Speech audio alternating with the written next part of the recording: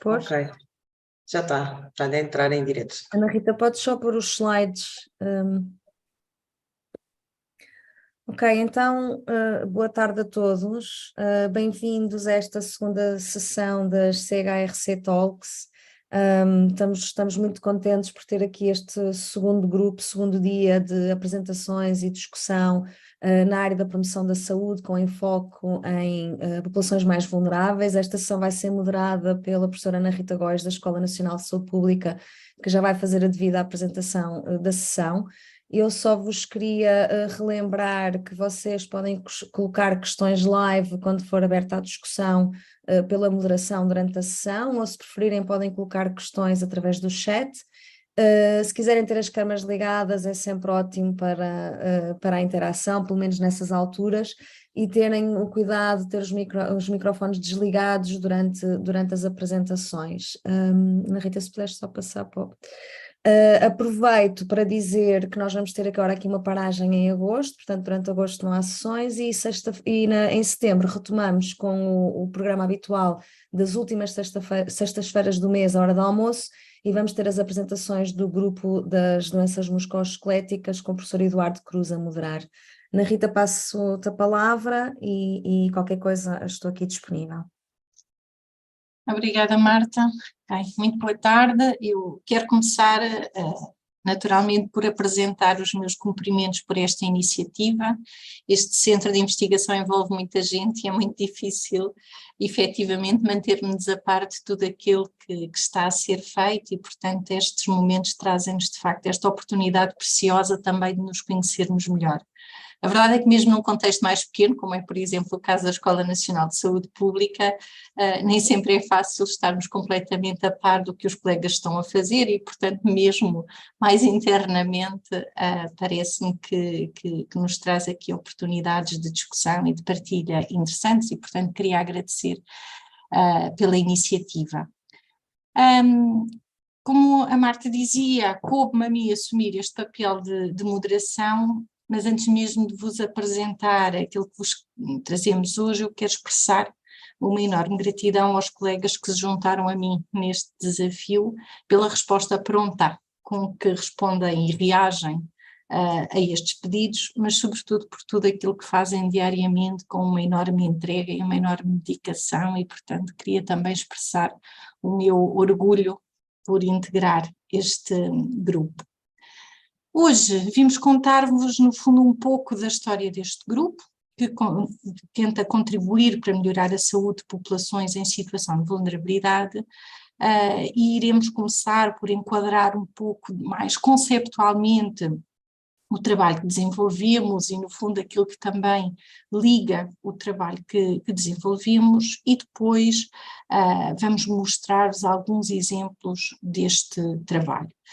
Para isso, desafiei alguns dos nossos investigadores e, portanto, teremos connosco a Ana Gama, que nos trará o projeto Literacia em Saúde, Promoção da Saúde e Coesão Social em Populações Migrantes, o Fernando Genovês de Avelar, que nos trará o projeto Concórdia Diabetes Mellitus Tipo 2, e eu também irei trazer-vos alguns dados do projeto de Literacia em Saúde para a Prevenção e Controle da Diabetes Tipo 2 e terminaremos, espero eu, com o contributo trazido pela Luísa com o projeto de Prescrição Social. Começando então, no fundo, por enquadrar aquilo que de alguma forma nos une e aquilo que nos move de alguma forma, este grupo pretende naturalmente contribuir para melhorar a saúde e bem-estar das populações e reduzir as desigualdades em saúde, particularmente de grupos mais vulneráveis, favorecendo a capacidade de indivíduos e populações para a mudança. A investigação que fazemos procura contribuir para isto não só através da evidência que produzimos, mas também com as próprias abordagens metodológicas que usamos, que procuram garantir uma perspectiva multi-informadores, multimétodos, participativa e colaborativa. Tal e qual como o grupo de pessoas que aqui está hoje, este grupo de investigação é muito diverso em termos de formações de base, em termos de áreas de maior foco, em termos de metodologias de investigação utilizadas, Mas há, no fundo, um conjunto de aspectos que nos unem e que eu gostava de começar por destacar antes de passarmos para as apresentações de cada um dos projetos. Em primeiro lugar, naturalmente, une-nos a promoção da saúde e esta aspiração de compreender e contribuir para mais saúde para todos, assumindo naturalmente aquilo que são os princípios e as áreas de atuação preconizados desde a Carta de Otava e uma abordagem naturalmente que é multinível e socioecológica. E, portanto, no fundo,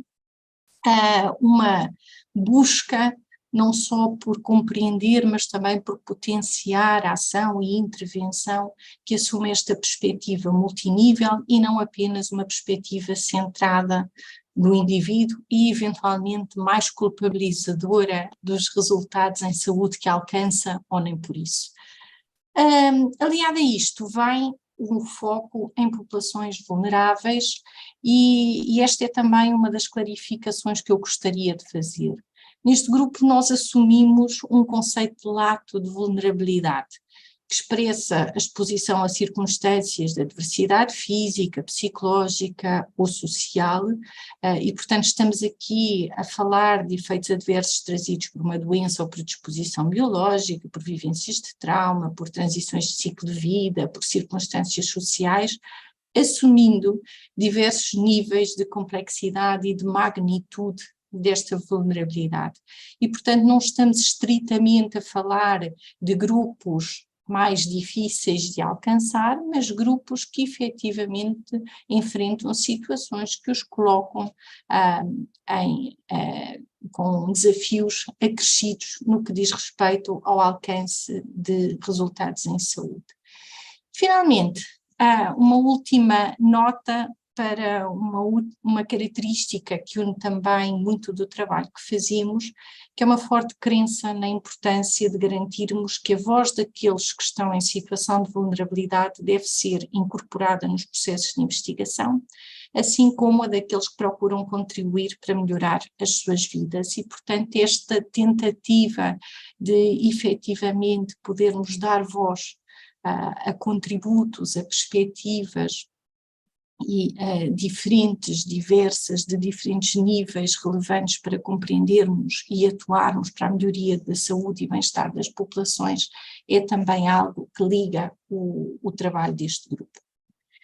E, portanto, cada um dos projetos que trazemos hoje, de alguma forma, procurará ilustrar alguns destes aspectos que acabei de referir e trazer-nos, no fundo, também alguma luz sobre a forma, não só sobre as áreas em que investigamos, mas também sobre a forma como desenvolvemos investigação e como procuramos estar na investigação. Sem mais demoras, eu passaria, então, a palavra a Ana Gama, que é investigadora na Escola Nacional de Saúde Pública e que tem utilizado a investigação participada de base comunitária para compreender e responder a necessidades de saúde de grupos vulneráveis e que hoje vem falar-nos em particular de um projeto que é um motivo de grande orgulho da Escola Nacional de Saúde Pública, particularmente dedicado à compreensão e à resposta a necessidades de populações migrantes. Ana, obrigada por teres aceito o desafio e te juntares a nós. Quando quiseres, faz favor. Obrigada pelo desafio e pelo convite. Quero também cumprimentar todos os presentes. Vou então partilhar aqui o ecrã.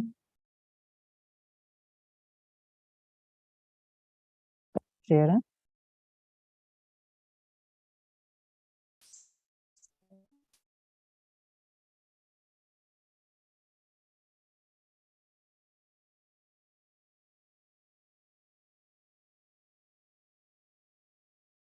Conseguem ver a partilha? Não. Conseguimos ver, só não está ainda em full screen, Ana. Não, só queria perceber se vocês estavam a ver. Sim, sim. Ok, muito bem.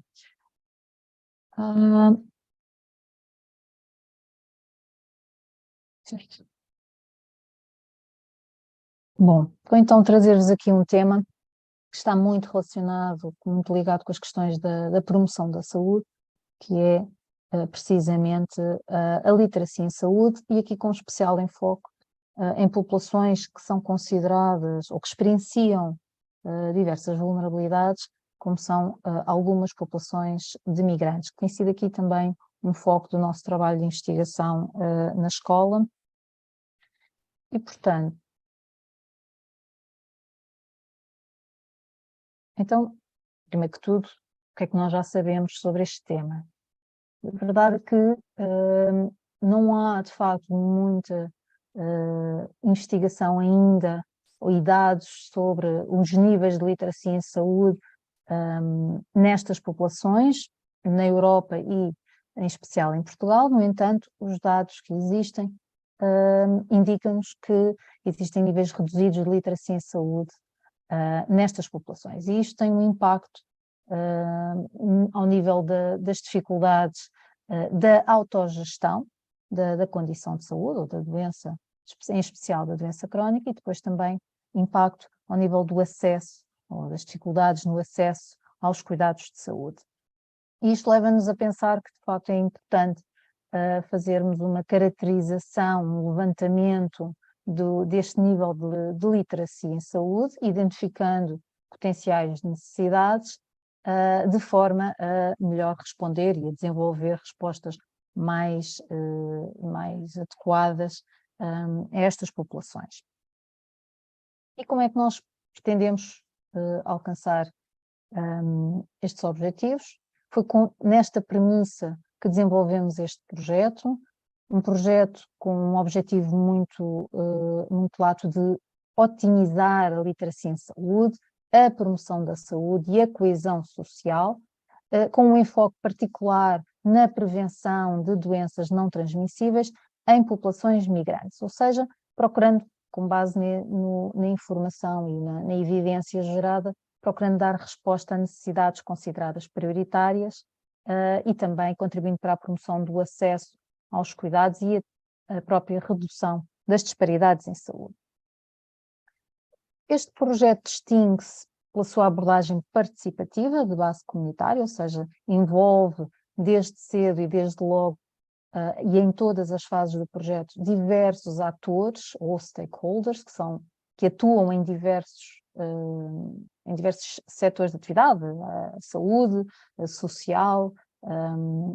e depois temos também aqui uma componente muito importante deste projeto que se trata de uma Implementation Research, ou um projeto de investigação de implementação. E, portanto, esta é uma abordagem que integra investigação e ação para, de facto, nós conseguirmos produzir evidência que seja útil, que seja utilizável e aplicável em práticas efetivas. Este projeto foi reconhecido como Projeto Nacional de Demonstração de Literacia em Saúde da Organização Mundial da Saúde e é efetivamente o único projeto deste género na Europa com um enfoque particular em populações migrantes. No âmbito deste conjunto de projetos nacionais de demonstração de literacia em saúde, a OMS publicou já em novembro, se não me engano, do ano passado, um conjunto de relatórios sobre estas questões do desenvolvimento de literacia em saúde e com diversos exemplos de projetos onde está também referenciado este projeto. Se tiverem curiosidade poderão pesquisar, porque são relatórios que estão públicos, são públicos. Relativamente a este projeto em Portugal, portanto, ao nosso projeto em Portugal, nós publicámos já o protocolo deste projeto, um projeto que assenta no processo Ofélia, que já vos vou explicar brevemente. Se tiverem curiosidade em explorar um pouquinho mais as fases do projeto, poderão consultar esta publicação. Portanto, o processo Ofélia é um processo que está a ser amplamente aplicado em vários países e que tem aqui um foco em três principais fases. Uma primeira fase de diagnóstico de necessidades locais em saúde, nomeadamente em literacia em saúde. Depois, com base nessa primeira fase, uma segunda fase de co-desenho e de co-criação de intervenções. com os parceiros, com os principais atores, e depois uma terceira fase de implementação dessas intervenções co-criadas, com mecanismos de avaliação e melhoria contínua dessas intervenções. Trago-vos aqui o que nós fizemos já no âmbito da primeira fase deste processo, portanto, no âmbito de diagnóstico de necessidades locais. Também poderão,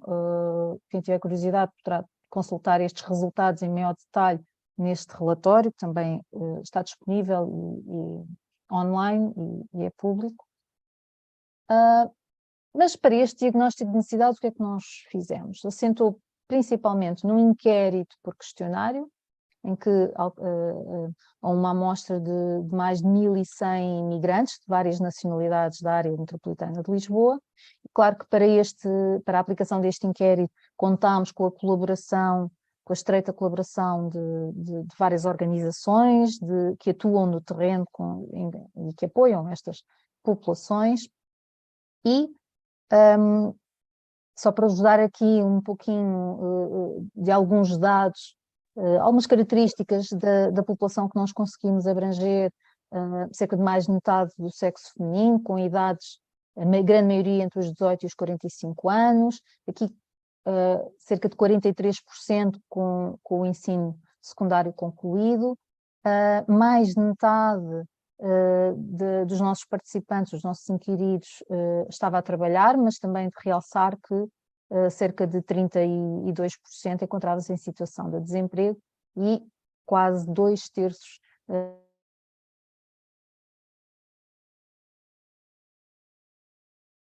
dos nossos inquiridos essenciais.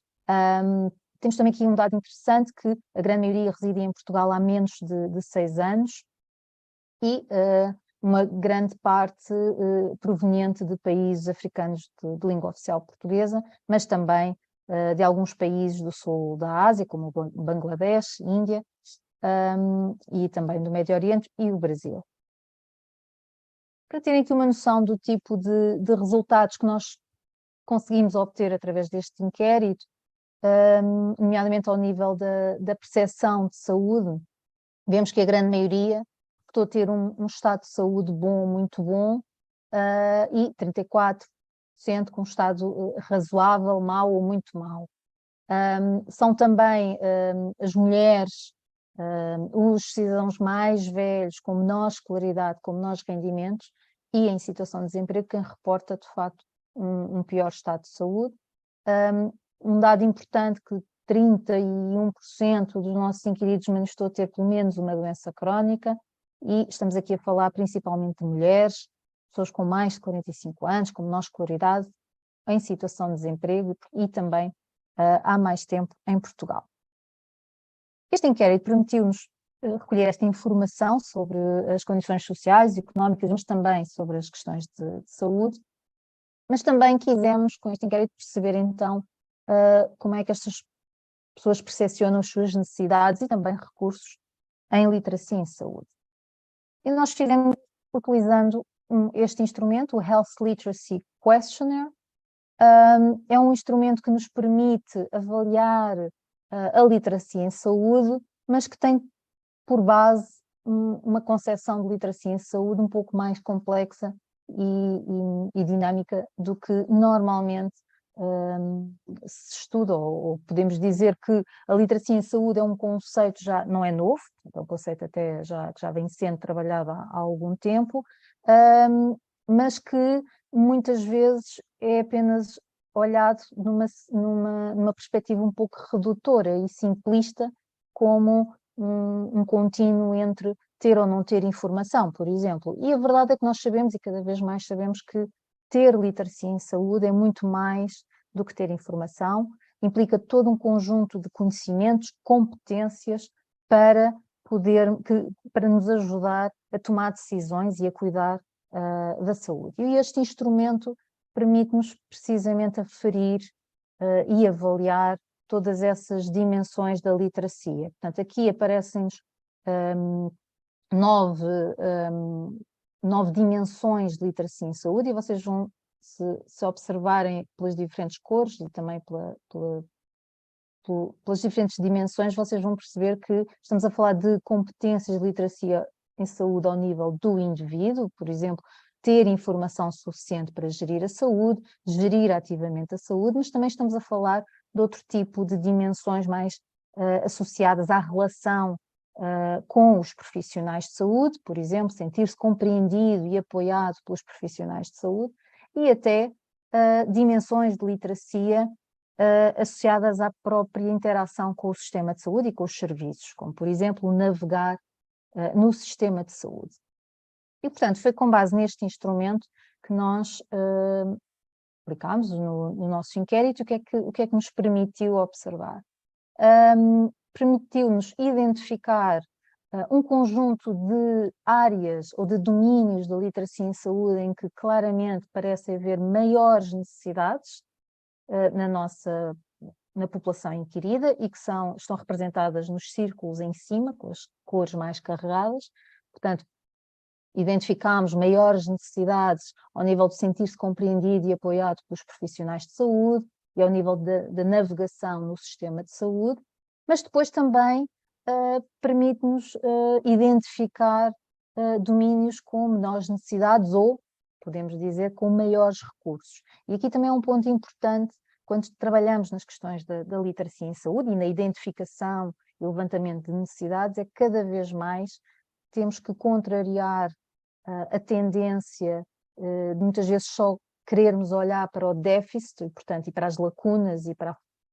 as falhas ou necessidades apenas, quando temos que pensar também que qualquer comunidade, qualquer indivíduo, em qualquer contexto, também há recursos, sejam formais, sejam informais, como por exemplo as relações sociais, e isto também acontece em qualquer população, nomeadamente em comunidades migrantes. E este instrumento também nos permitiu identificar precisamente esses domínios onde parece haver maiores recursos. Estamos a falar da percepção individual de gerir ativamente a saúde, da capacidade de gerir ativamente a saúde, de compreender suficientemente bem a informação para saber o que fazer e até do próprio suporte social para a promoção da saúde. Mas esta informação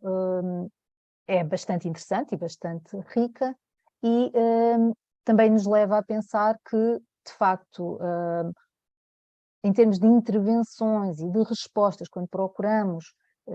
desenvolver soluções para determinadas necessidades em saúde, muitas vezes, e aquilo que vemos da nossa experiência, muitas vezes, quer ao nível de políticas, quer ao nível de programas ou até em ações mais locais, muitas vezes são respostas que se baseiam na informação e estão dirigidas para o que nós chamamos de senhor e senhora média. Portanto, é o mainstream da população e muitas destas respostas muitas vezes são construídas e dirigidas a essa população. E sabemos que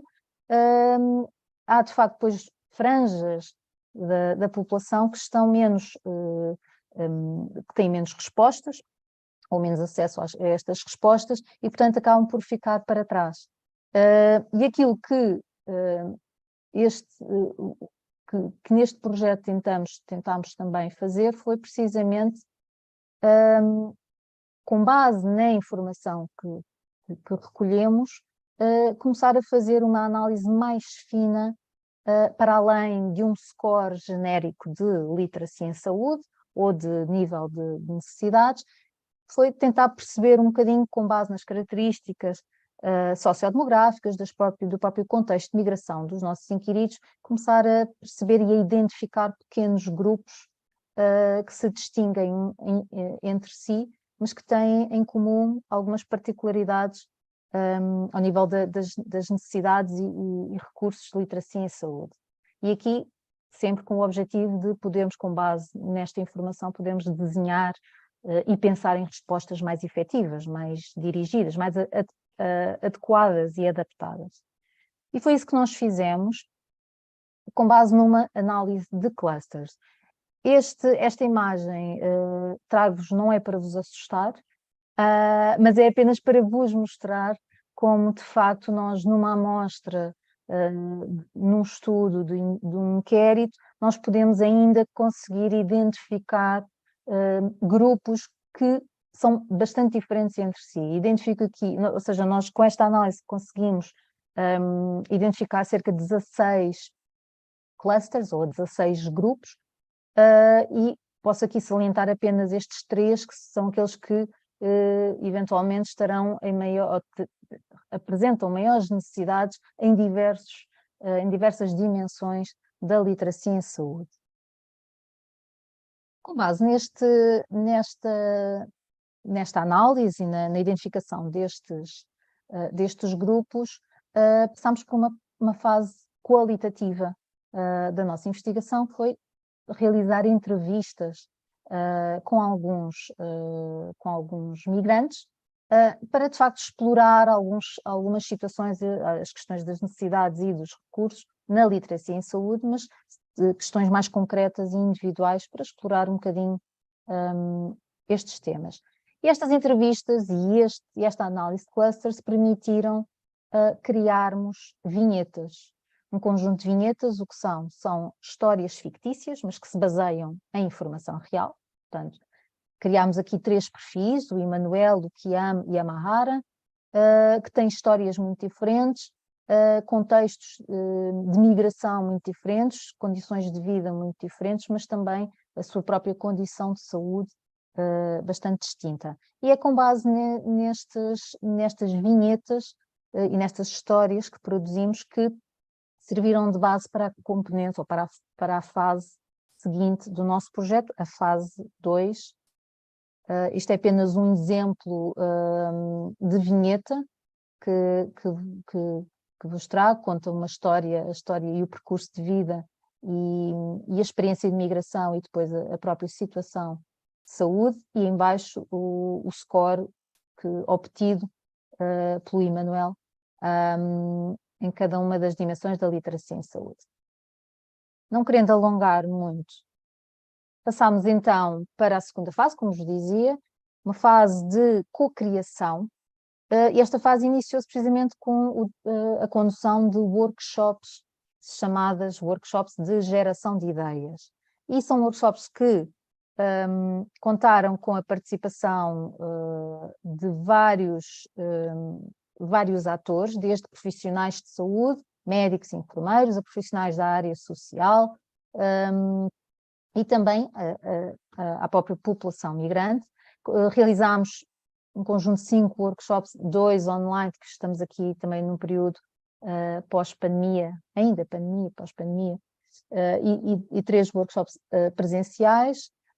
E para que é que serviram estes workshops? É precisamente com base nas vinhetas que foram criadas e nas histórias que foram produzidas, dar aí o ponto de partida, o pontapé de partida, digamos,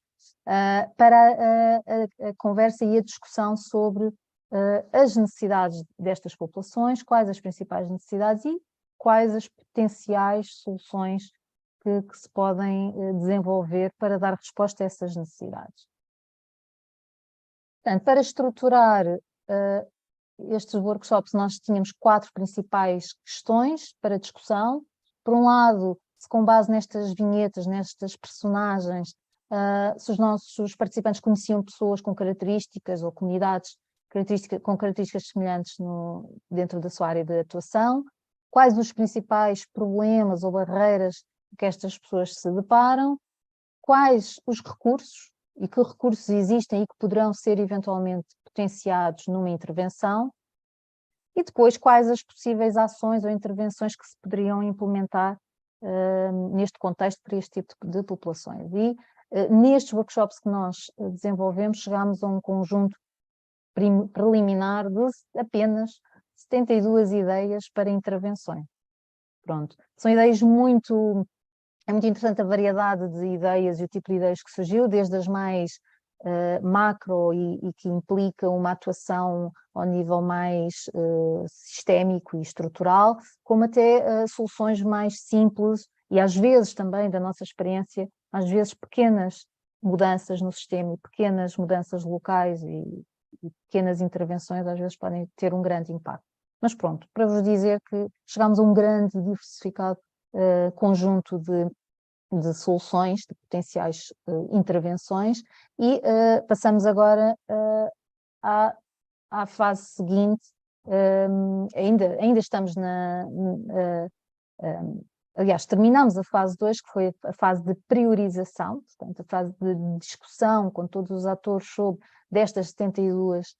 intervenções, então vamos concretizar e o que é que será prioritário. Para além de prioritário, é o que é execuível, não é? Porque às vezes podemos ter intervenções que são importantes, mas depois no contexto, dados os recursos locais, podem não ser execuíveis no imediato. Portanto, todas essas questões foram discutidas e estamos agora a iniciar a fase 3 de implementação da intervenção, digamos, selecionada e codesenhada. E obrigada. Obrigada, Ana. A minha proposta seria que fizéssemos esta ronda de projetos e que depois no final pudéssemos ter aqui alguma discussão. Portanto, aos colegas que generosamente se juntaram a nós, se quiserem ir deixando algum comentário ou questão no chat, isso poderá acompanhar as apresentações, mas se calhar a discussão propriamente dita deixávamos para o final desta ronda de apresentações. E, portanto, nesse sentido, eu passaria agora a palavra ao Fernando Genovês de Avelar, também investigador na Escola Nacional de Saúde Pública. A formação de base do Fernando é em farmácia, e, portanto, as suas áreas de investigação têm andado por territórios muito diversos, mas aqui na escola tem estado essencialmente envolvida em projetos na área da literacia em saúde, capacitação do cidadão, e hoje vai-nos falar do projeto Concórdia Diabetes Mellitus Tipo 2, que integra uma família de projetos que procuram precisamente explorar e confrontar perspectivas de pessoas com doença e profissionais de saúde. Fernando, obrigada por te juntares a nós. Quando quiseres, o palco é teu. Muito obrigado, professora. Então, todos a me ouvir? Ok, porque eu tive um problema técnico aqui, mas acho que já está equacionada. A câmera do meu portátil parou de funcionar, mas eu consegui uma outra câmera e eu acho que agora está funcionando. Não sei se conseguem ver. Está dizendo que eu não estou habilitado a fazer a partilha do ecrã. Provavelmente deve ser porque eu entrei e saí várias vezes, porque a câmera parou de funcionar. Marta, não sei se nos estás a ouvir. Já dei autorização. Ok, boa, obrigada. Pronto, agora sim.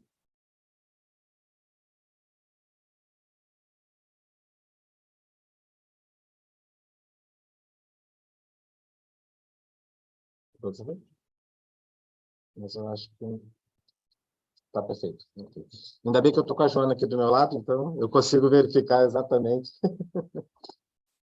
Então, antes de mais, gostaria de agradecer à professora Ana Rita Góes pelo convite, em nome de toda a equipe, em especial da professora Ana Rita Pedro, agradecer também a oportunidade. E, sem mais delongas, vamos passar logo a essa nossa conversa. E é importante fazer só uma breve observação, é que, como a professora falou, e bem, o projeto Concórdia é um projeto, esse é o nosso projeto mãe, mas a partir dele já surgiram outros projetos com outras doenças crônicas. Esse foi o nosso primeiro, o Concórdia Diabetes Mellitus. Essa, inicialmente, foi o objetivo inicial dele, que foi a avaliação das principais preocupações das pessoas com diabetes mellitus no que diz respeito à doença e à consulta médica, mas essa discussão depois foi alargada, e, para além das preocupações, identificamos também os impactos no cotidiano da pessoa para com a doença, e, para além disso, também os fatores que estão associados, tanto na consulta médica, quanto também nos cuidados de saúde. A gente vai poder observar aqui um pouquinho nos resultados. Então, além da professora Ana Rita Pedro, que é a coordenadora do projeto, fazem parte da equipe também eu, que sou Fernando, a Beatriz, a Ana Cunha e o professor João Valente Cordeiro. Como nós não trabalhamos sozinhos, né, nós temos colaboração. Então, nós temos o apoio científico da Sociedade Portuguesa de Diabetologia e da APDP, que é a Associação Produtora dos Diabéticos de Portugal, e esse projeto também foi financiado pela AstraZeneca. É financiado porque estamos na fase de finalização desse projeto. Então, para começo de conversa, o cuidado centrado na pessoa, em especial, que tem uma comunicação efetiva do utente, é fundamental no processo de gestão de cuidado, em especial em doenças crônicas, porque estão envolvidas, né, diversas condições, desde a terapêutica até a questão de multimobilidade, que é fundamental equacionar essa questão com o utente de maneira a melhor entender e perceber as suas reais necessidades. E, nesse sentido, a doença crônica, em especial a diabetes mellitus tipo 2, como uma doença crônica multidimensional, tem particular impacto e além da sua alta prevalência em Portugal. Então, é fundamental compreender, né, a questão da doença a partir da sua autoperceção, ou seja, no processo de tornar a pessoa no centro do processo de cuidados, entender a real necessidade dela para, a partir daí, tomar qualquer decisão, fazer um processo de decisão partilhada a partir das suas próprias necessidades. E, para isso, o projeto identificou, então, duas questões. Uma é a percepção da pessoa com diabetes mellitus tipo 2 e também a percepção do profissional de saúde. Lembrando que aqui não é a percepção puramente do profissional de saúde, porque não é o que o profissional de saúde acha. É a percepção do profissional tem sobre o que ele acha que a pessoa com DM2 tem de necessidade. E por isso que é tão interessante, e por isso que a gente acaba confrontando essas perspectivas, de maneira a entender se o profissional ele percebe a questão da necessidade da pessoa. Então, o projeto Concórdia emerge de uma abordagem Mixed Methods, onde a primeira abordagem é uma análise qualitativa, onde a gente tenta identificar de uma maneira, de forma abrangente essas preocupações, então tentar em todos os níveis de cuidado e em todos os níveis da doença as suas reais necessidades. A partir daí, a gente atribui, então, uma abordagem quantitativa, onde a gente faz inquéritos para tentar identificar, numa população mais alargada, as reais necessidades das pessoas. E, por fim, fizemos aqui uma abordagem de consenso para tentar identificar iniciativas para poder estreitar e aproximar essas perspectivas. Para além disso, eu vou falar mais no final, mas a gente tem também uma outra etapa, que foi o estudo piloto, que foi um estudo muito interessante, que trata justamente de, uma vez identificadas essas iniciativas, da importância das iniciativas para o processo de cuidado, como operacionalizá-las. Então, é daí que emerge uma quarta etapa, que é o estudo piloto, que ainda está em fase de desenvolvimento, estamos finalizando a análise nesse momento. Então, vamos iniciar, então, com a abordagem qualitativa para tentar trazer um pouco do que nós identificamos enquanto necessidade das pessoas. Então, a abordagem qualitativa se baseou em 5 grupos focais e uma entrevista grupal, né, em que tinha um guião semi-estruturado, e as entrevistas, os grupos focais, a entrevista grupal se processou com as pessoas com DM2 e com profissionais de saúde. As pessoas com DM2, todos os níveis de gravidade da doença, então, sem complicações minor e complicações major. E, para além disso, também os profissionais de saúde foram, como está constituído pela própria consulta em Portugal, os médicos e enfermeiros que acompanham pessoas com DM2. E, a partir daí, foi feito um levantamento exaustivo das preocupações, impactos e fatores associados. Em termos de impactos, foram identificadas 7 dimensões, né? Impacto social, impacto na percepção do corpo, impacto laboral, impacto no bem-estar físico, impacto na saúde mental, impacto na qualidade de vida e impacto familiar. Foram essas as 7 dimensões de impactos que foram identificadas na fase qualitativa. Em termos de preocupações, foram identificados 48 itens, e esses 48 itens foram agrupados em 9 dimensões,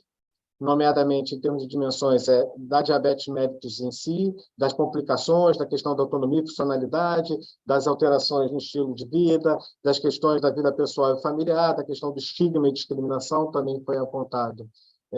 pelas pessoas e pelos profissionais, a questão da saúde mental, o tratamento e os custos associados não muito relacionado ao tratamento, mas também à alimentação saudável, que a diabetes mellitus tem essa particularidade, essa necessidade, a questão também do tratamento e a questão do exercício físico associado. Para além disso, também foram identificados fatores valorizados, desses foram compreendidos 20 itens e foram divididos, então, em 2 dimensões, umas relacionadas aos cuidados de saúde em si e outras relacionadas mais às consultas. Eu vou deixar para falar pormenorizado quando a gente falar da abordagem quantitativa, que eu acho que fica mais interessante a gente identificar esses números. E aí a gente passa, então, para a abordagem quantitativa. Então, uma vez identificados todos os itens de preocupação dentro das suas dimensões, foi elaborado um questionário, e esse questionário, então, foi disponível online para toda a população, né, que tinham determinados critérios de inclusão. E quais foram, então, os critérios de inclusão para a pessoa com DM2? Então, eram maiores de 18 anos, residentes em Portugal e acompanhados em Portugal. Destes foram obtidos 464 respostas válidas. Para além disso, também tivemos critérios de inclusão para os profissionais de saúde, que eram médicos e enfermeiros que acompanhavam e que exerciam a sua atividade aqui em Portugal. E foram obtidas, então, 181 respostas válidas. Lembrando que é importante fazer esse aviso, é que foram recolhidos em momentos diferentes, né? Tanto para pessoas quanto para profissionais de saúde. Então, não foi possível ter aquele match e também não era suposto para os objetivos do projeto. Então, tivemos um total de 645 respostas válidas. E foi feita a análise estatística, os testes utilizados foi o teste Udemy-Whitney para poder medir a associação entre os grupos e foi utilizado para um nível de significância a 5%. Para além dos testes em termos de proporção, foi elaborado também, calculamos também um score para cada uma das grandes dimensões, né, que compunham a nossa análise, nomeadamente os impactos, as preocupações e os fatores. Desculpa, eu falei dimensões, mas nós chamamos de áreas, foi das grandes áreas que compunham a análise. Então, o score foi medido em termos de impacto, 10 para impacto positivo e 0 para impacto negativo, então foi elaborado o score calculado nessa variação. Em termos de preocupações, muito preocupado era o valor máximo e nada preocupado o valor mínimo. Em termos de fatores, o maior muito importante para o valor máximo e nada importante o valor mínimo, e ali está a média de cálculo que foi utilizada, desculpa, a fórmula que foi utilizada para cálculo do score. Em termos, então, de resultados que nós obtivemos da nossa amostra. Então, em termos de distribuição de gênero, estava muito semelhante, né? 51%, sensivelmente 51%, 49%, 50% de mulheres, 49% de homens. A idade média de 62 anos, 47,8% que completaram ensino superior, por ser questionários online, isso acaba sendo uma limitação desse tipo de estudo, que a gente acaba tendo um grande percentual de utentes, né, que respondem o questionário serem do ensino superior. 53% apresentava alguma complicação relacionada a diabetes mellitus, 91% tinha pelo menos mais uma doença associada, então, de acordo com os critérios da Organização Mundial de Saúde, ou seja, 91% tinha o conceito de multimorbilidade, 44% tinham diagnóstico há mais de 10 anos, ou seja, já tinha bastante experiência com a doença, e 93% fazia alguma terapêutica farmacológica que não incluía a insulina. Em termos dos profissionais de saúde, maioritariamente mulheres, cerca de 64%, a idade média 44 anos, 67% eram médicos, 43% mais de 20 anos de atividade profissional, 37% mais de 20 anos acompanhando pessoas com DM2 e 54% acompanhavam pessoas em cuidados de saúde hospitalares. Em termos de impacto, algumas questões que são interessantes que os profissionais de saúde tinham sempre uma percepção mais negativa com relação à pessoa, nomeadamente as pessoas na questão social e familiar, as pessoas conseguiam ver questões positivas associadas à doença, às vezes por uma questão de apoio, né, familiar, enquanto os profissionais de saúde tinham uma versão muito negativa e muito deletéria da doença, ou seja, o que mostra também um pouco de resiliência das pessoas com relação ao diagnóstico da doença. Face aos impactos apenas no item qualidade de vida, não se mostrou a diferença entre profissionais de saúde e pessoa com DM2, não se mostrou estatisticamente significativo. Então, em termos de qualidade de vida, as perspectivas tinham convergência de informação. Fora isso, em todos os outros dimensões do impacto, as perspectivas foram divergentes, né? Então, as diferenças foram estatisticamente significativas. Com relação às preocupações, eu vou focar em algumas, porque são 9 dimensões, então eu ficaria passando quase a tarde inteira a gente falando um pouco sobre elas, não que não sejam interessantes, porque são muito interessantes, mas eu vou focar em algumas que trouxeram resultados que são particularmente interessantes e acabavam impactando também na terceira etapa, que tem a ver com a técnica de consenso. Então, com relação às preocupações do tratamento, uma questão que foi interessante é que apenas o fato de algumas medicações serem injetáveis que foram divergentes, ou seja, que teve diferença, não teve a associação estatisticamente significativa entre as percepções, tanto das pessoas quanto dos profissionais. Todas as outras, eles foram mais próximos, acabava divergindo em determinada proporção, mas apenas o fato de algumas medicações serem injetáveis, o que nos motivou a várias discussões e que foi particularmente interessante. Então, as pessoas elas não se preocupavam tanto dos medicamentos serem injetáveis, enquanto os profissionais de saúde achavam que isso era uma questão frente à questão da adesão terapêutica e que são questões interessantes, principalmente no processo de cuidado. Com relação à diabetes mellitus tipo 2, a questão da conciliação da rotina diária, o controle da glicemia, as hipoglicemias, o receio de piorar foram as dimensões em que foram os itens em que apresentaram diferença estatisticamente significativa. O que nos chamou a atenção foram as hipoglicemias, toca muito mais a questão dos profissionais de saúde do que as pessoas que tratam tanto a hipoglicemia como as hiperglicemias de maneira muito semelhante. Os profissionais de saúde têm um olhar diferenciado, em especial, para a questão. Eles se preocupam muito mais com a questão eles acham que as pessoas se preocupam muito mais com a questão das hipoglicemias. E uma outra questão interessante é que as pessoas estão muito mais preocupadas com a questão do receio de piorar, enquanto que os profissionais de saúde achavam que elas não estão tão preocupadas assim com essa questão, e elas se mostraram muito mais preocupadas com relação a isso. Com relação à questão das das complicações da DM2, foi uma questão muito interessante que nós identificamos, que geralmente as preocupações que estão mais atreladas aos indicadores de saúde que são previstos na consultas, como complicação nos rins, nos pés, a questão da hemodiálise, amputação, que são questões rotineiramente discutidas na consulta médica, essas não tiveram grandes divergências. E questões mais intrínsecas da pessoa, como a questão da dor, foi uma questão da dor e das alterações a nível sexual, essa diferença se mostrou estatisticamente significativa. Então, foi uma das questões que nós que achamos bem interessantes. Então, as questões que estão já formalizadas em termos de consulta, realmente não há diferença estatisticamente significativa. Enquanto que as questões de percepção mais individual, em especial a questão da dor, e seja a dor associada ou não associada à diabetes, a diferença se mostrou estatisticamente significativa, ou seja, eles identificavam de maneira diferente. Com relação à questão da autonomia e funcionalidade, todos os itens se mostraram estatisticamente significativos. Então, há uma diferença estatisticamente significativa da percepção do profissional e da percepção da pessoa com DM2, e a pessoa com DM2 também tem um impacto muito maior na questão da autonomia e funcionalidade. Então, eles acabam vendo isso um pouco com maior preocupação do que os profissionais de saúde achavam que as pessoas tinham. E a questão dos fatores valorizados na consulta também foi uma questão que nos chamou muita atenção, em especial as 3 primeiras. Por quê?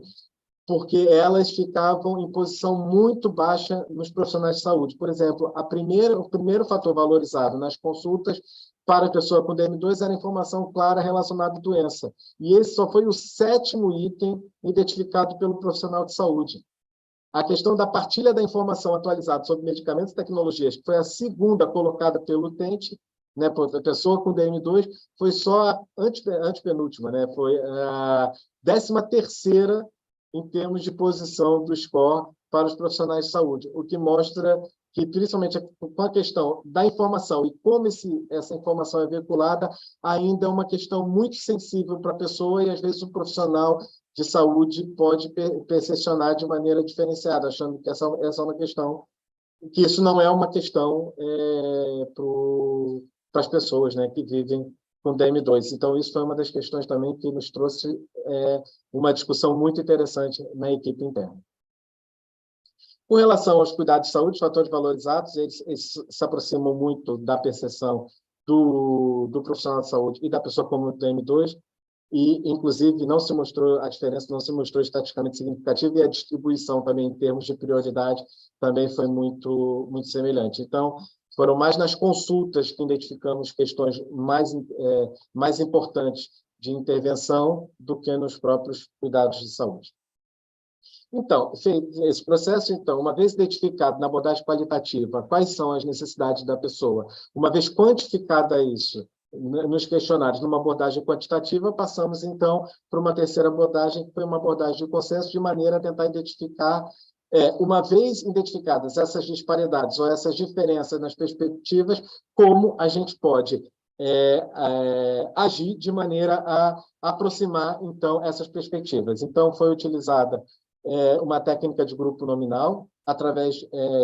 para fazer uma abordagem de consenso, que foi realizada uma reunião estruturada, online, com 14 peritos, né, que envolviam pessoas com DM2, profissionais de saúde que acompanhavam pessoas com DM2, investigadores, cuidadores informais, gestores de saúde e especialistas também em literacia em saúde. E qual foi a questão colocada para esse consenso? Então, quais são as iniciativas, né? Que iniciativas operacionalizáveis recomendam no sentido de aproximar essas perspectivas para uma melhor gestão da DM2? Então, após a identificação dessas iniciativas, foi, então, elencado pelo seu nível de relevância, onde um ponto era nada relevante, 6, muito relevante, e aí foi, pelo critério da soma, foi identificada quais são as prioridades para todas as iniciativas. Foi interessante porque foi a partir desses resultados foram identificadas 42 iniciativas, e foi a partir dessas iniciativas depois fizemos um agrupamento na equipe interna de onde iríamos atuar frente a essas iniciativas. Então, foram iniciativas orientadas à pessoa com DM2, iniciativas orientadas diretamente à pessoa, né, o profissional de saúde que acompanha pessoas com DM2, orientadas à relação profissional-pessoa com DM2 e também orientadas ao sistema, sendo que ao sistema foi a maior parte dessas iniciativas, foram 45. E o mais engraçado, né, o mais interessante dessa discussão é que no top 5 de iniciativas, conseguimos perceber uma de cada, não foi intencional, foi justamente com a análise, foi identificada uma iniciativa para cada grupo que estávamos, que depois classificamos, né, que era pessoa com DM2, profissional, relação profissional e sistema de saúde. Então, aqui estão o top 5 de iniciativas, né, que foi definir objetos com a pessoa como ponto de partida para o plano de cuidados, perguntar à pessoa com DM2, quando entra na consulta, o que preocupa mais, promover reunião conjunta entre grupos de pessoas com DM2 com interesses comuns, de maneira a ver necessidades que são semelhantes, né, por exemplo, a questão do desporto, implementar o modelo de decisão partilhada na consulta e divulgar os resultados deste estudo como alerta para ter efeitos na prática clínica. Então, esse foi o top 5 de iniciativas que utilizamos,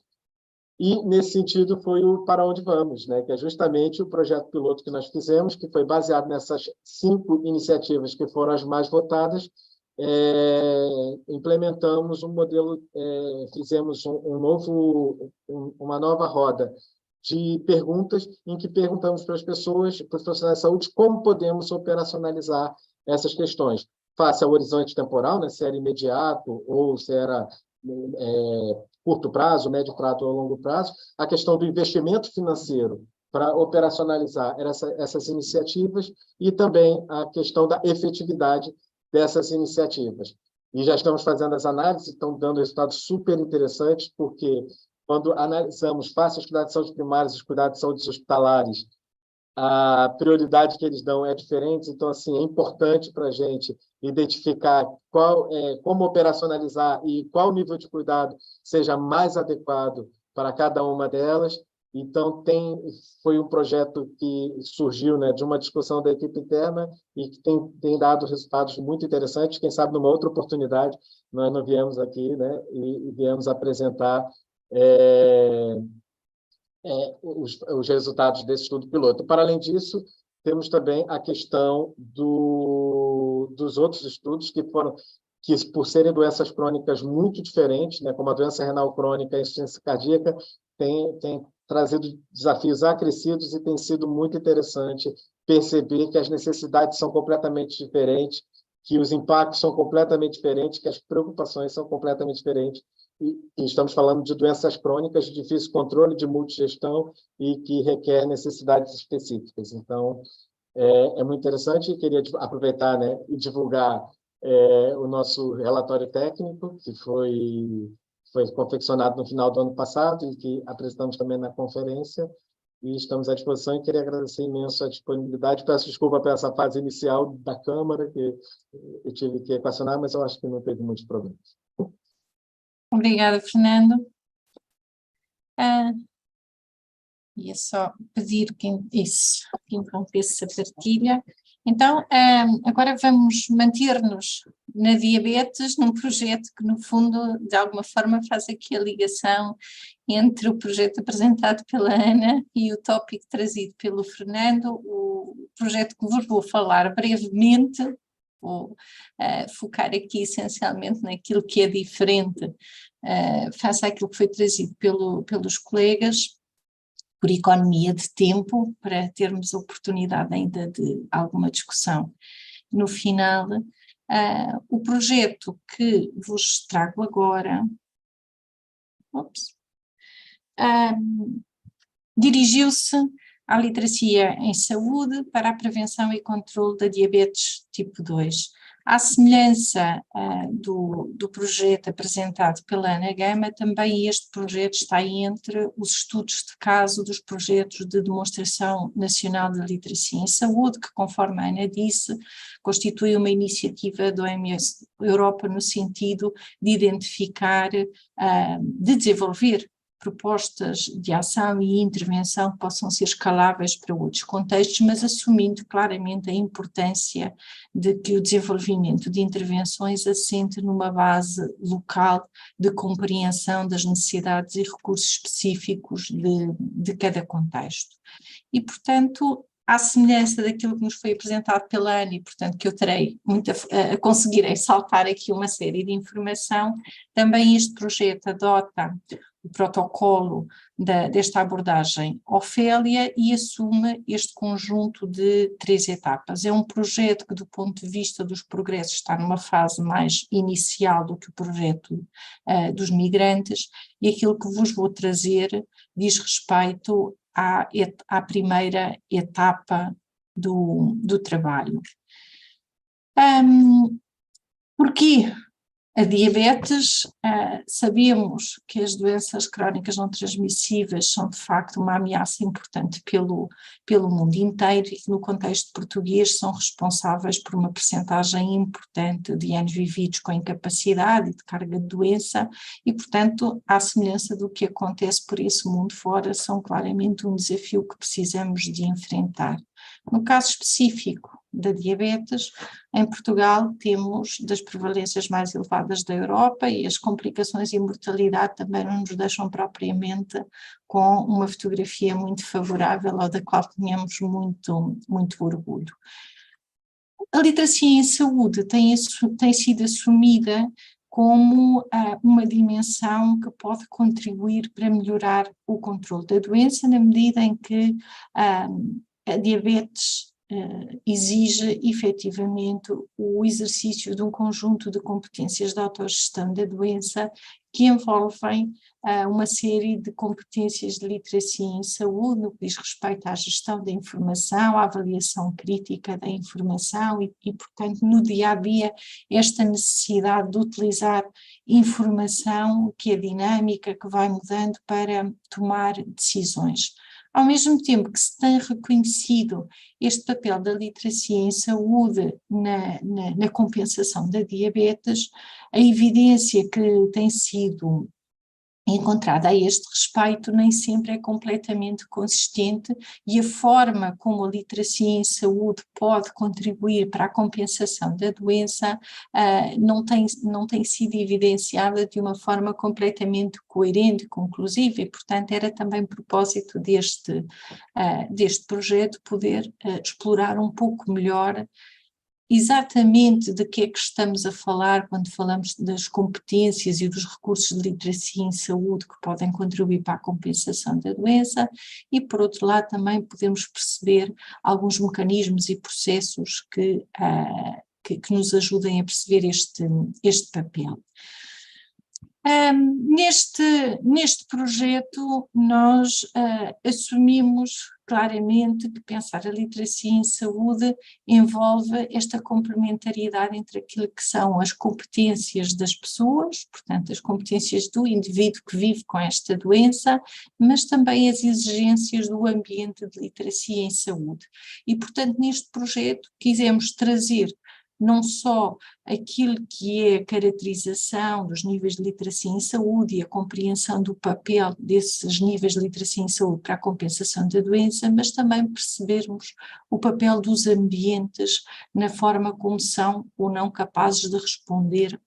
às necessidades e especificidades das pessoas que vivem com esta condição. E, portanto, de forma complementar relativamente ao foco nos níveis de literacia em saúde, mobilizamos também o conceito de ambiente de literacia em saúde, considerando aqui as características da informação em saúde, as características dos profissionais que disponibilizam cuidados e os contextos propriamente ditos que oferecem estes cuidados, assumindo que um ambiente que reúne um conjunto de características favoráveis ao desenvolvimento e à resposta a níveis diversos de literacia em saúde, terá melhores condições para potenciar melhores resultados em saúde. Consideramos neste projeto então esta complementariedade entre o conceito de literacia em saúde e o conceito de responsividade à literacia em saúde. A responsividade é aqui entendida então como a forma pela qual os serviços, as organizações, os sistemas tornam a informação em saúde disponível, mas também recursos disponíveis e acessíveis para as pessoas de acordo com aquilo que é o seu perfil de recursos e de necessidades. E, portanto, assumimos claramente aqui esta complementariedade entre aquilo que são as competências individuais e aquilo que é a capacidade do ambiente para responder a grupos da população que são, na verdade, diversos. E há pouco a Ana mostrava nos resultados do estudo dos migrantes, no fundo, a diversidade também de perfis que encontramos, e esta diversidade envolve necessariamente os sistemas estarem também capazes de responder a esta diversidade de perfis e, portanto, ajustarem o nível em que se envolvem e as respostas que têm à disposição para poderem, de facto, estar presentes e contribuir para a saúde de pessoas com circunstâncias de vida muito diferentes.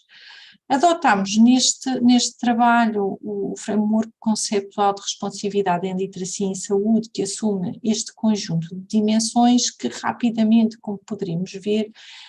vão desde dimensões relacionadas com o ambiente mais global e externo às organizações, mas depois um conjunto de dimensões muito presas com aquilo que é o funcionamento, as características, os recursos das organizações, mas também a sua própria ligação com o exterior. E, portanto, com este propósito de codesenhar, implementar e avaliar ações para a prevenção e controle da diabetes tipo 2, nós efetivamente enverdamos por este processo preconizado pelo Ofélia, em que na primeira fase pretendemos caracterizar os níveis de literacia em saúde de pessoas com diabetes, determinar o papel das diferentes dimensões da literacia em saúde para a compensação da doença e caracterizar a responsividade organizacional. À semelhança do trabalho apresentado pelo Fernando, também os dados que eu vos trago hoje são dados que foram recolhidos na APDP, quer no que diz respeito às pessoas com diabetes, quer no que diz respeito à caracterização da responsividade organizacional, que no fundo foi também qualquer coisa que emergiu a partir dos resultados que encontramos ao caracterizar os níveis de literacia em saúde. À semelhança do que foi apresentado pela Ana, também nós utilizamos o Health Literacy Questionnaire, adotando esta abordagem multidimensional. E, desculpem, mas pelos vistos eu tenho aqui a apresentação errada, dizer-vos que do ponto de vista dos participantes, temos dados, os dados que vos apresento aqui são dados de cerca de 700 pessoas com diabetes, com uma média de idades em torno dos 56 anos, mas uma amplitude bastante grande, desde pessoas muito jovens até indivíduos com mais de 80 anos, cerca de 60% do sexo masculino, a maior parte viviam acompanhados, metade estavam empregados, mais de metade eram pessoas do ensino superior, eu já vos explico porquê, com ensino superior, eu já vos explico porquê, e mais de 40% tinham mais de 20 anos de evolução da doença. Em contraponto, apenas cerca de metade das pessoas atingiam os níveis de compensação da doença que estão preconizados e, portanto, níveis de HbA1c inferiores a 7%. E porquê uma amostra com pessoas altamente escolarizadas? Este estudo recebeu aqui, à semelhança de tantos outros ao longo dos últimos anos, a interferência da pandemia e, portanto, a recolha de dados teve de ser transposta para um inquérito online e, portanto, naturalmente sabemos que, do ponto de vista da participação, tendemos a ter uma participação mais significativa de pessoas com níveis mais elevados de escolaridade, embora a base de dados que foi utilizada tenha sido uma base de dados muito ampla de utentes da organização. Do ponto de vista da responsividade organizacional, nós utilizamos esta ferramenta, o Organizational Health Literacy Responsiveness Tool, que é uma ferramenta que envolve um conjunto diverso de atividades, é uma ferramenta essencialmente desenvolvida numa perspectiva de desenvolvimento organizacional e, portanto, muito orientada para a autoavaliação das organizações e para a definição interna de prioridades para o desenvolvimento de intervenções, e os resultados que eu vos apresentarei aqui decorrem desta segunda componente da atividade de autoavaliação. Para a utilização desta ferramenta, é uma ferramenta muito extensa, que envolve um conjunto muito alargado de dimensões e, portanto, nós dividimos a recolha de informação em duas grandes secções, uma parte dirigidas a profissionais que estão na prestação de cuidados e uma parte das dimensões foram avaliadas por profissionais com cargos de gestão e administração na organização para tornarmos mais viável a recolha de informação. Apresentando aqui alguns resultados no que diz respeito à caracterização dos níveis de literacia em saúde, eu destacaria, de facto, acima de tudo, as diferenças que encontramos quando olhamos para populações diferentes. Há pouco a Ana apresentava-nos os dados com as populações migrantes, em que tínhamos ali como ponto fraco aquela primeira dimensão, sentir-se compreendido e apoiado pelos profissionais de saúde, em que aqui foi claramente identificada como uma das dimensões com pontuação mais elevada. Por outro lado, as competências mais relacionadas com uma gestão ativa da saúde, aqui claramente com uma pontuação mais baixa, e que também se justifica pelas características da população que habitualmente utiliza a APDP, que sabemos que tendem a ser pessoas de facto, com uma história prolongada da doença, com dificuldades de compensação da doença e, portanto, naturalmente também aqui a enfrentarem maiores desafios no que diz respeito à sua capacidade de gerir ativamente a saúde. Depois, um resultado que surpreendeu designadamente os profissionais de saúde e que contrasta até com o resultado no primeiro conjunto de dimensões, que é esta capacidade para se envolver com profissionais de saúde, aqui com uma pontuação mais baixa neste segundo conjunto de dimensões. Aqui eu gostava de deixar já uma nota para o papel que potencialmente a pandemia terá tido neste resultado, no sentido em que ele é diferente daquilo que tínhamos encontrado nos estudos de validação do Health Literacy Questionnaire, também desenvolvidos com utentes, pelo menos numa parte importante da amostra, eram também utentes da APDP, e aqui temos uma desformatação, mas se vocês repararem, claramente aqui um contraste no que diz respeito aos resultados que tínhamos encontrado no estudo de validação, em que era efetivamente também das escalas mais elevadas do ponto de vista das competências de literacia em saúde. Ora, ao olhar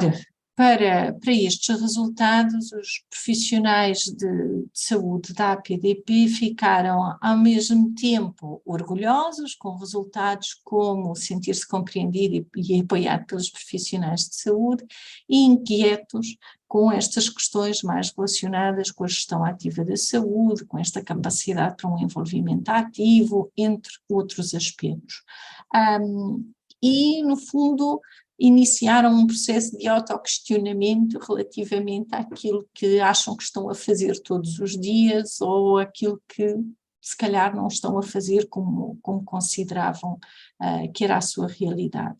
E perante este questionamento, estas preocupações mais internas, foi então decidido avançar no sentido de fazer a tal avaliação da responsividade organizacional,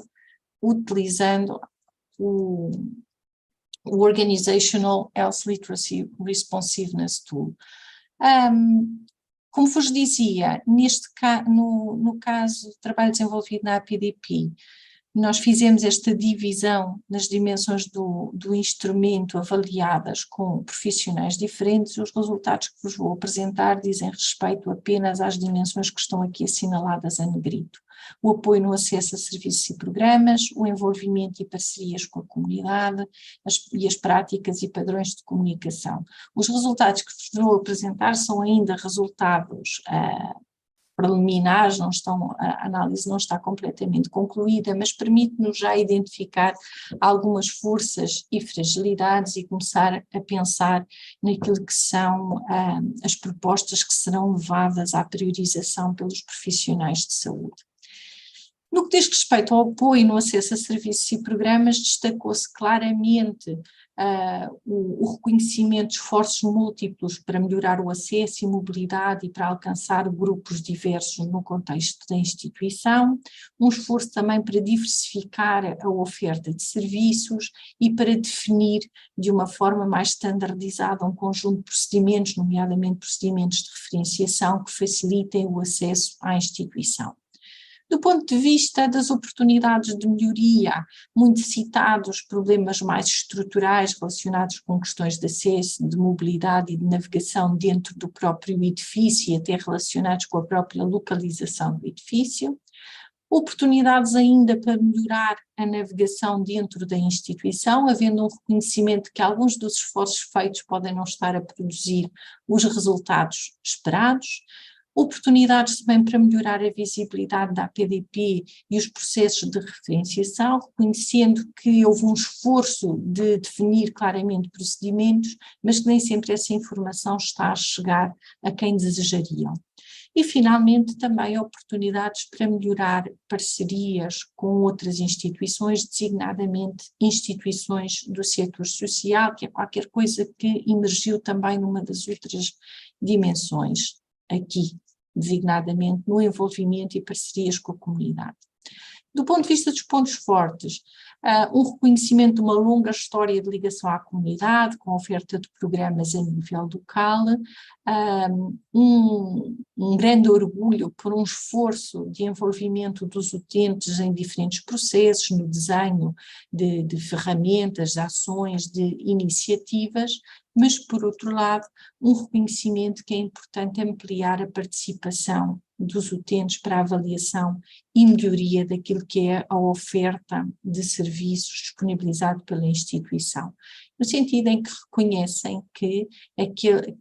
eventualmente não conseguem ter uma representação suficientemente diversa nestes esforços de participação por parte dos utentes,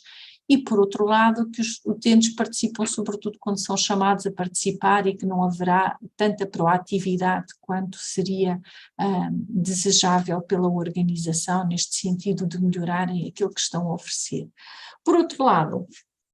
também o reconhecimento de que há de facto uma longa história de ligação à comunidade, mas uma história de ligação que vai muito mais frequentemente no sentido da APDP oferecer ações, serviços e intervenções a nível local, do que no sentido de poder garantir que os utentes que servem diariamente têm acesso a serviços e a respostas que possam ir de encontro a necessidades muito diversas e holísticas das pessoas com diabetes. Do ponto de vista das práticas e padrões de comunicação, eu diria que é a dimensão mais divertida em termos de resultados, no sentido em que há um orgulho muito grande na instituição por aquilo que é a sua filosofia de educação terapêutica e um assumir que há uma série de esforços e de boas práticas que estão implementados no dia-a-dia de uma forma massiva e generalizada, nomeadamente estas questões da adaptação a grupos diversos, da utilização de plain language, de utilizar técnicas de comunicação adequadas ao envolvimento e garantia da compreensão da informação, a utilização de canais e meios de comunicação diversos e tudo isso, mas ao mesmo tempo isto depois a confrontar-se com a consciencialização de que se calhar essas boas práticas não estão tão generalizadas como alguns pensavam, de que a comunicação interna deveria melhorar para que efetivamente haja um conjunto de práticas que cheguem a todos e que estejam de facto mais generalizadas, que os próprios processos de integração de novos profissionais contemplem formas de melhorar esta generalização de boas práticas, também um reconhecimento de que é possível melhorar a visibilidade da instituição e também o alcance que a informação verdadeiramente tem, no sentido em que há um reconhecimento que a instituição investe muito na produção e disponibilização de informação a pessoas com diabetes, mas que eventualmente nem sempre essa informação é suficientemente utilizada pelos utentes. E, portanto, no fundo, aqui a discussão desta dimensão fez emergir uma série de surpresas por parte de muitos profissionais, no sentido em que assumiam que uma série de coisas estavam a acontecer em velocidade de cruzeiro e, ao mesmo tempo, tomarem consciência que, se calhar, neste momento, não é bem assim. Algumas notas finais. Os resultados que encontramos do ponto de vista dos níveis de literacia em saúde e do papel específico de algumas dimensões da literacia em saúde para a compensação da diabetes, eu não vos apresentei aqui estes resultados por economia de tempo, mas mostram claramente a importância de considerar a multidimensionalidade da literacia em saúde para compreender necessidades e recursos e para desenhar depois intervenções, a importância de considerar subgrupos quando olhamos para estes dados, de colocar também a literacia em saúde em contexto e, portanto, de olhar para o papel dos ambientes e das organizações, o potencial destes esforços de autoavaliação para o desenvolvimento organizacional e, no fundo, este reforço da ideia de que precisamos de co-construir para mais literacia em saúde e que esta co-construção deve mobilizar vozes diversas para podermos potenciar esta tomada de consciência de que às vezes há coisas que tomamos por assumidas que nem sempre estão de facto a acontecer. E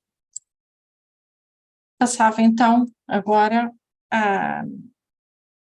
à Luísa, que no fundo nos traz um projeto que é também coerente com um dos resultados aqui encontrados, que é as necessidades das pessoas que vivem com uma doença vão muito além daquilo que o setor da saúde está muitas vezes pronto para o oferecer. O projeto de prescrição social que a Luísa nos traz surge precisamente do reconhecimento de que para obtermos mais saúde precisamos de responder assumindo uma perspectiva de determinantes sociais de saúde. Luísa, obrigada também por estares conosco. Olá, boa tarde a todos. Obrigada, professora, pelo convite. É um prazer enorme estar aqui e falar da prescrição social. Eu vou tentar ser o mais breve possível, em virtude do tempo, para também não tomar muito tempo vosso. Eu vou partilhar minha tela.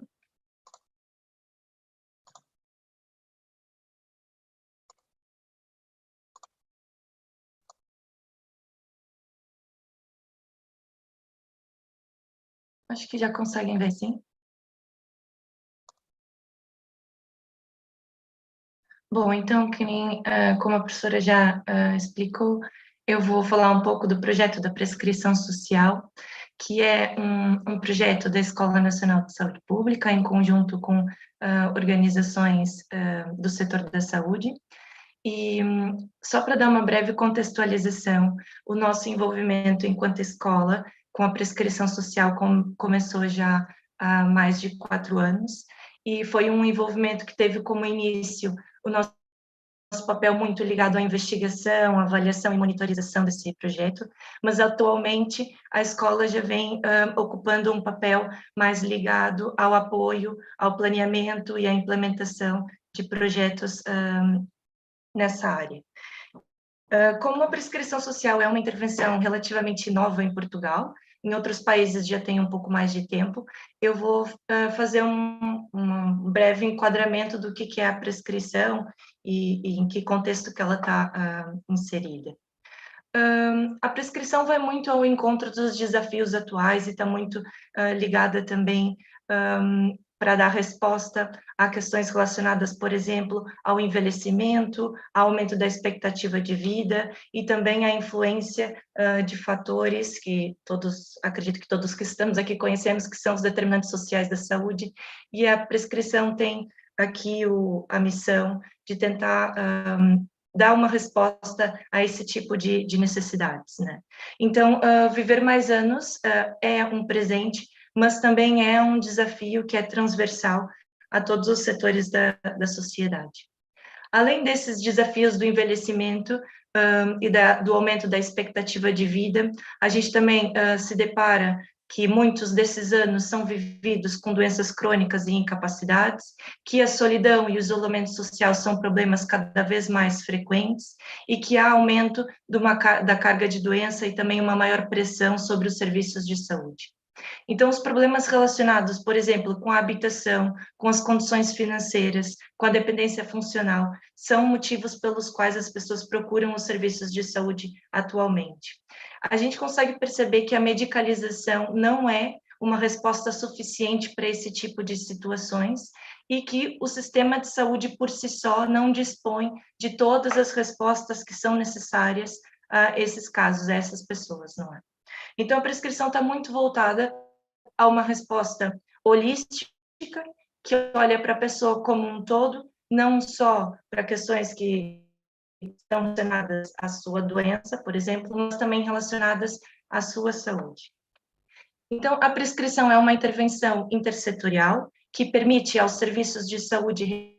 referenciarem pessoas com necessidades sociais, emocionais ou práticas para os serviços que estão disponíveis na comunidade. E essa ligação é feita através da atuação de um profissional que, para Portugal, a gente denominou de prescritor social. No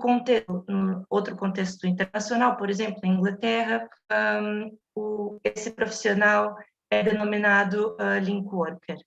Então, basicamente, na prática, o que acontece? Um utente, quando saúde e entra em contato com o seu profissional de saúde, por exemplo, num contexto de consulta, com o seu família, enfermeiro, psicólogo, farmacêutico comunitário. Nesse contexto de consulta, esses profissionais identificam que essa pessoa tem necessidades não clínicas que estão a influenciar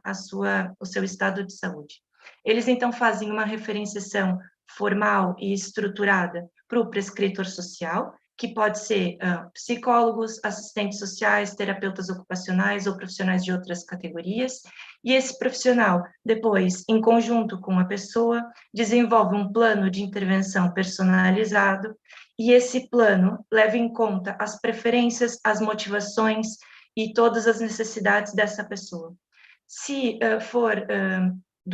do acordo, enfim, esse plano é co-desenhado, ele é co-produzido, e se for da vontade da pessoa, ela pode, então, ser referenciada para serviços que são disponibilizados pela comunidade, pelo terceiro setor. Esses serviços podem ser disponibilizados tanto por entidades públicas, como também por exemplo, organizações não governamentais, IPSS, autarquias, ou seja, há aqui uma grande diversidade no tipo de respostas que podem ser ofertadas. Essas respostas, normalmente, estão relacionadas muito com a promoção da saúde mental e do bem-estar, e também com questões relacionadas à promoção da coesão social e também à redução do isolamento. A prescrição teve o início na Inglaterra, no final da década de 90, atualmente já está presente em torno de 23 países, de acordo com a última publicação que saiu, e em Portugal a prescrição começou a ser implementada em unidades de saúde familiar de Lisboa em 2018. Atualmente aqui no país a prescrição já se encontra implementada em outros municípios e aqui com outras formas também de implementação, não necessariamente só saindo dos serviços de saúde, mas também aqui com a articulação, por exemplo, com autarquias e associações da comunidade também. São outros modelos de projeto. Quis trazer aqui um exemplo prático de como funciona o dia a dia da prescrição social. E, por exemplo, queria trazer aqui o caso da senhora Maria, que é uma utente que se sente ansiosa, que refere que tem dores nas costas, está muito cansada e tem dificuldades para dormir. Em contexto de consulta, o profissional percebe que, para além dessas necessidades, essa pessoa tem também questões relacionadas aos rendimentos, tem dificuldades para pagar as contas da casa, presta cuidados a tempo inteiro ao marido que está com demência e tem apenas um filho que vive no estrangeiro. Então, diante desse quadro, tendo em vista que essa utente pertence a uma unidade que tem prescrição social, foi feita, então, uma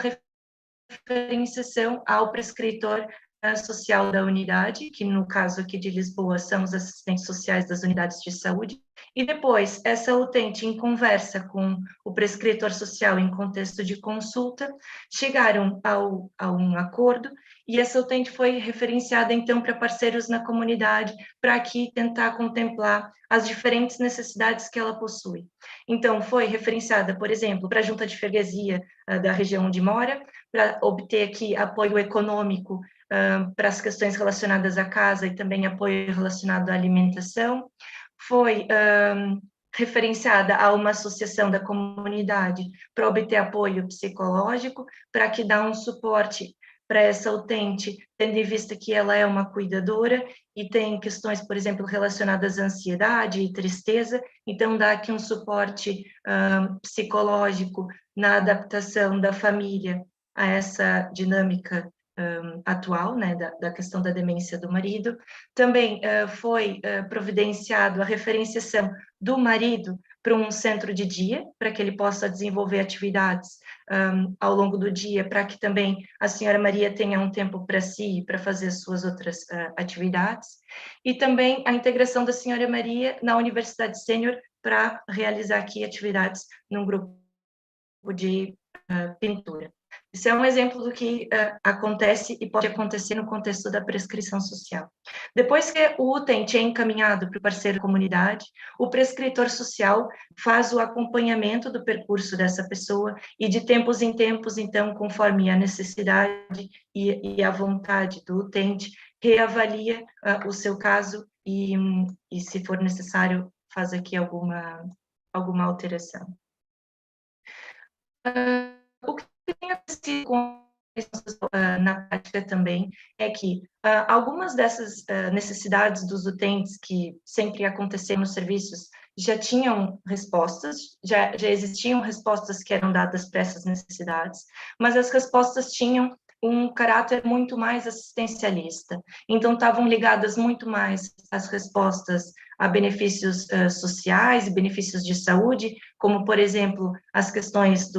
da isenção de taxas e atestados, e integração, por exemplo, na Rede Nacional de Cuidados Continuados, entre outras coisas. O que tem acontecido agora com a prescrição social é que as respostas ofertadas acabam por ser um pouco mais fora da caixa e tem um leque muito mais abrangente de respostas e começam a entrar aqui mais nas questões relacionadas à mudança comportamental, à promoção da saúde, do bem-estar, da qualidade de vida, e então tenta trazer aqui alguns benefícios um pouco mais abrangentes e holísticos para as pessoas. Falando então de benefícios, a literatura, há uns anos atrás ainda era muito incipiente, agora já tem sido, já está muito mais robusta, cada vez mais têm sido produzidos estudos na área da prescrição social, e esses estudos apontam benefícios em três, que a gente pode dividir em três grandes áreas, benefícios relacionados à centralidade na pessoa, como, por exemplo, a participação ativa, melhorias ao nível da saúde física e mental, melhorias ao nível do convívio e do apoio, e também melhorias ao nível do estilo de vida. Depois, benefícios relacionados à atuação em rede, atuação setorial, projetos de prescrição social, que há aqui uma integração e uma proximidade entre setores, há uma integração maior do setor social, e as respostas se tornam mais e eficientes, ou seja, consegue-se, por essa questão da proximidade, consegue-se responder de forma mais ágil às necessidades das pessoas. E depois, relacionados à sustentabilidade dos sistemas de saúde, percebe-se que a prescrição pode trazer benefícios relacionados à diminuição dos custos prestados e também uma utilização mais eficiente dos serviços de saúde. Os principais projetos da prescrição social hoje em dia estão muito relacionados às questões do isolamento social, do envelhecimento ativo e também da saúde mental. E de uma forma geral, tem se percebido que, apesar da avaliação trazer diferentes outcomes, tem se percebido que há aqui uma melhoria da saúde e do bem-estar das comunidades em geral. O projeto da prescrição social aqui em Lisboa não é um projeto que está vinculado só à implementação, ou seja, não é só implementar, não é o suficiente, não é como é uma intervenção nova aqui no nosso contexto, é necessário também aqui agregar investigação. Então, a Escola Nacional de Saúde Pública tem desenvolvido um papel, assim, bastante preponderante nessa questão da investigação da prescrição social, e nós aqui planeamos um estudo que tenta contemplar esses diferentes níveis de benefícios ou diferentes níveis de impacto, ou seja, para os utentes, para as respostas sociais e também relacionado à utilização dos serviços. E para contemplar esses diferentes níveis, desenhamos então um protocolo que utiliza métodos mistos, contempla aqui estudos quantitativos e qualitativos, que vem sendo então desenvolvidos desde 2019. Alguns estudos sofreram aqui questões de impacto relacionados à pandemia, ou seja, tiveram que ser mas, de uma forma muito breve, temos um estudo longitudinal para avaliar o impacto da prescrição ao nível dos utentes ao longo do tempo. Depois temos um estudo qualitativo sobre a experiência dos utentes nesse tipo de intervenção, e aqui para tentar incluir também essas pessoas na recolha de dados e tentar perceber que tipo de benefícios que elas percebem, que elas experienciam ao participar desse tipo de intervenção, e um estudo qualitativo sobre o processo de implementação na perspectiva dos diferentes stakeholders. E esse é o estudo que já se encontra concluído nesse momento. Os outros estão em andamento ou prestes a começar. Então, muito relacionado a esse estudo do processo de implementação na perspectiva dos stakeholders, nós conseguimos aqui identificar facilitadores e barreiras relacionados à implementação do projeto, e queria destacar aqui que muitos dos facilitadores estão ligados às características e comportamentos dos profissionais onde essa intervenção foi implementada, ou seja, o fato das equipas serem jovens, proativas, sensíveis à influência dos determinantes sociais da saúde, estarem receptivas a esse tipo de intervenção, verem que uma intervenção com uma abordagem holística é uma mais-valia para aquela unidade, foi apontado como um dos principais facilitadores para a implementação do projeto. Depois, outros facilitadores, como, por exemplo, as estratégias de comunicação adotadas, a questão da proximidade do trabalho intersetorial, também foram identificados pelos stakeholders como facilitadores. No que diz respeito às barreiras, questões relacionadas, que são transversais a muitos outros projetos, né, muitas outras implementações, mas questões relacionadas à falta de financiamento, recursos humanos, questões relacionadas ao tempo de espera para consultas, também sobrecarga de trabalho, foram barreiras apontadas à implementação do projeto. E depois, uma coisa que eu acho que duas coisas que eu acho que são muito interessantes aqui enquanto barreiras, é que os stakeholders identificaram que há uma falta de respostas específicas na comunidade, então, dependendo da necessidade do utente, não há respostas disponíveis, ou as respostas disponíveis estão saturadas. Então, isso aqui também é um entrave à própria recepção à comunidade. Tem relacionadas ao próprio conhecimento sobre o que é prescrição social e sobre o que são os determinantes sociais da saúde, ou seja, as próprias percepções dos utentes de que esse tipo de intervenção é uma intervenção que também tem influência na saúde deles, tem sido uma barreira, ou seja, a questão da aceitação dos utentes a esse tipo de intervenções tem sido uma barreira à implementação do projeto. Eu acho que aqui faz muito ligação com os outros projetos que foram apresentados, porque aqui a gente tem muitas questões relacionadas à literacia dos utentes e também à literacia dos profissionais para implementar e, enfim, e lidar com esse tipo de intervenção, de projeto. Em termos de monitorização, a gente tem conseguido acompanhar alguns dados muito relacionados às referenciações, à prescrição social, e aqui específicos ainda ao projeto de Lisboa.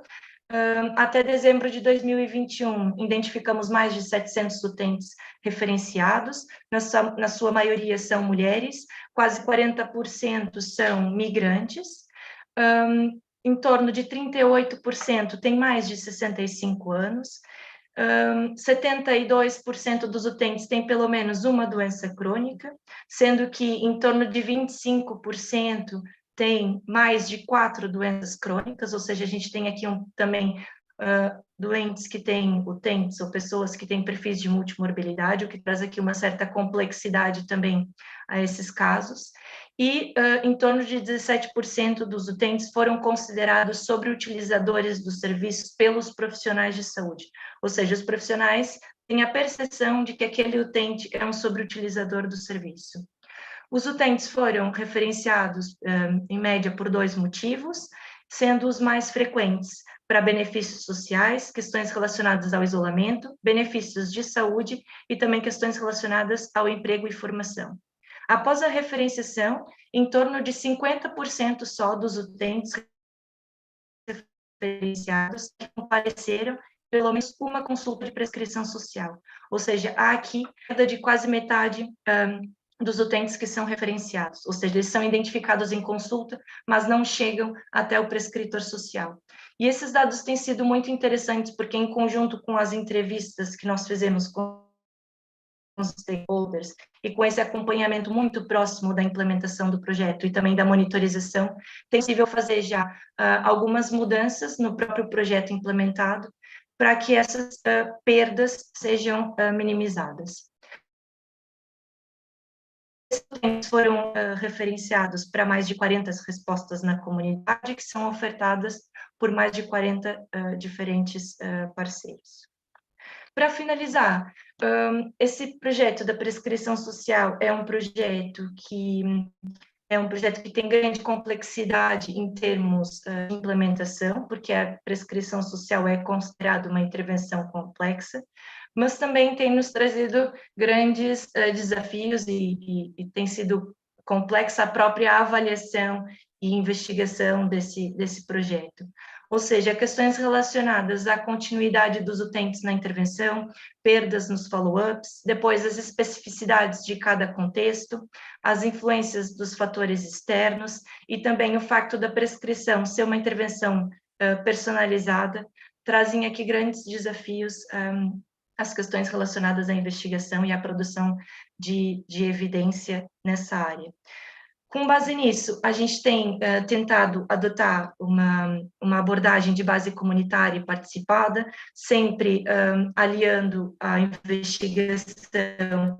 àquilo que vem sendo implementado na prática, tentando estabelecer relações de proximidade com todas as partes envolvidas, e tem também, então,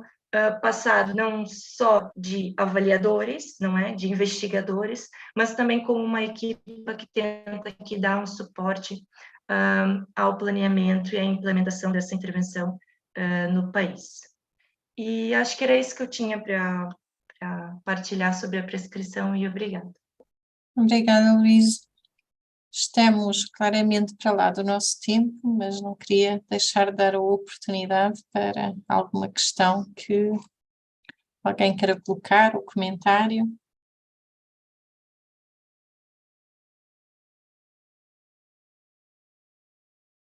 Não? Eu terminava apenas aqui com um comentário mais final e transversal. Eu acho que esta coleção de projetos nos deixa aqui a pensar um pouco em alguns desafios, nomeadamente quando pensamos em coprodução, um dos desafios é garantir que as pessoas participam de facto de uma forma segura, com respeito pela sua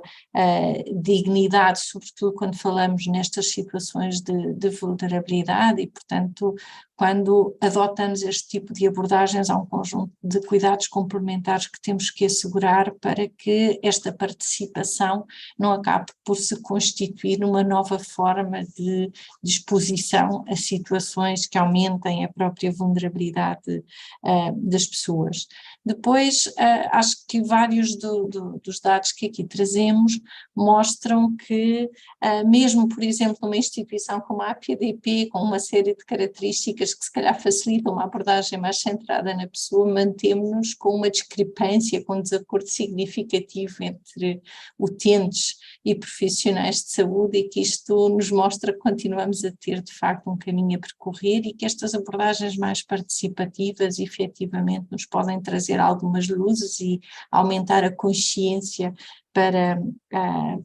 estes fenómenos.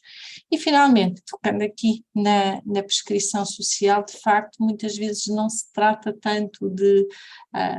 garantir um profissional diferente, mas uma abordagem de facto diferente, e aí também refletirmos sobre a própria preparação que as organizações e as comunidades têm para a inovação e para este tipo de intervenções, não é? Que parece claramente que é também um dos desafios aqui encontrados, e portanto que também nos chama a atenção para a importância de investir nos próprios processos de implementação inovação e de pensarmos estas questões de forma detalhada e cuidada, porque nem sempre os contextos estão suficientemente preparados para a inovação e é preciso fazer um push-up nesse sentido. Muito bem, eu quero reforçar novamente o agradecimento a cada um dos meus colegas por se ter juntado a nós, agradecer também aos resistentes que ficaram connosco até ao final e mais uma vez cumprimentar a organização por esta iniciativa e agradecer a oportunidade.